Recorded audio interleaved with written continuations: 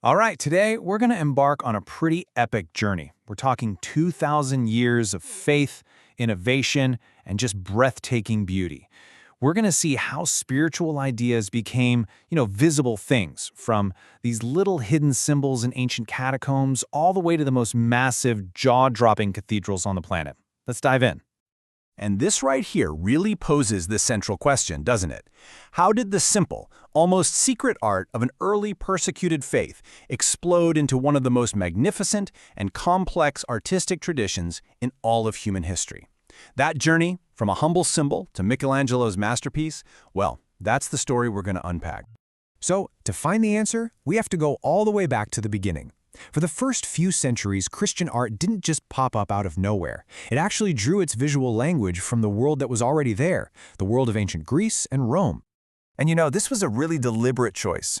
Early Christian artists, they took the styles they saw all around them, but they infused them with this new sense of simplicity and restraint. The goal wasn't to be flashy. It was about communicating core beliefs through really powerful, direct symbols that people would understand.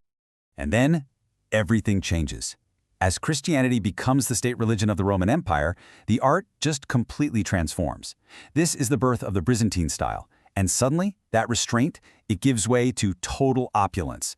We're talking shimmering gold everywhere, vast, intricate mosaics, unbelievably complex patterns. This wasn't just art anymore, it was a reflection of imperial power and divine majesty. So as we move into the Middle Ages, the ambition kind of shifts from decorating surfaces to actually shaping space itself. The new goal was architectural, and it was a big one, to build churches that didn't just feel holy, but felt like they were literally soaring up towards the heavens. And this was the heart of the Gothic Revolution. It wasn't just a new look, it was a complete rethinking of what a building could even be. Those old, heavy, dark stone structures were replaced by something that felt impossibly tall and light and just filled with color. It was a massive engineering breakthrough, really, all driven by this desire to dissolve the stone walls and fill the sacred space with divine light. So how on earth did they do it? Well, it really came down to three key innovations working together in perfect harmony. First, you've got the pointed arch, which automatically draws your eye upward and channels all that weight way more efficiently. Second, the ribbed vault. Think of it like a stone skeleton that could support these massive ceilings. And third, the real game changer, the flying buttress. These are the external supports that took the weight off the walls, and that allowed them to be opened up for huge, magnificent stained glass windows, basically turning solid stone into these beautiful curtains of colored light. All right, so after centuries of this collective, often anonymous craftsmanship, the focus shifts, and it shifts dramatically. We enter an era that's really defined by the genius of the individual artist. Now the goal isn't just to illustrate the divine, it's to innovate, to explore, and to capture a whole new sense of humanity. You can see the evolution so clearly here. We go from the deeply spiritual, symbolic art of the Middle Ages to Renaissance masters like Michelangelo and Raphael, who were just obsessed with pushing the boundaries with realism, anatomy, perspective. And then we hit the Baroque period, where artists like Caravaggio used this intense, dramatic lighting to literally pull you into the scene, creating this deeply personal, almost theatrical experience of faith. The big difference here was really one of mood, and it was driven by different goals.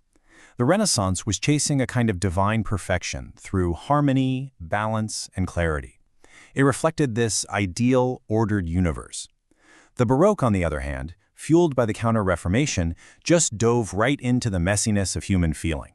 It was all about drama, emotion, and lavish ornamentation.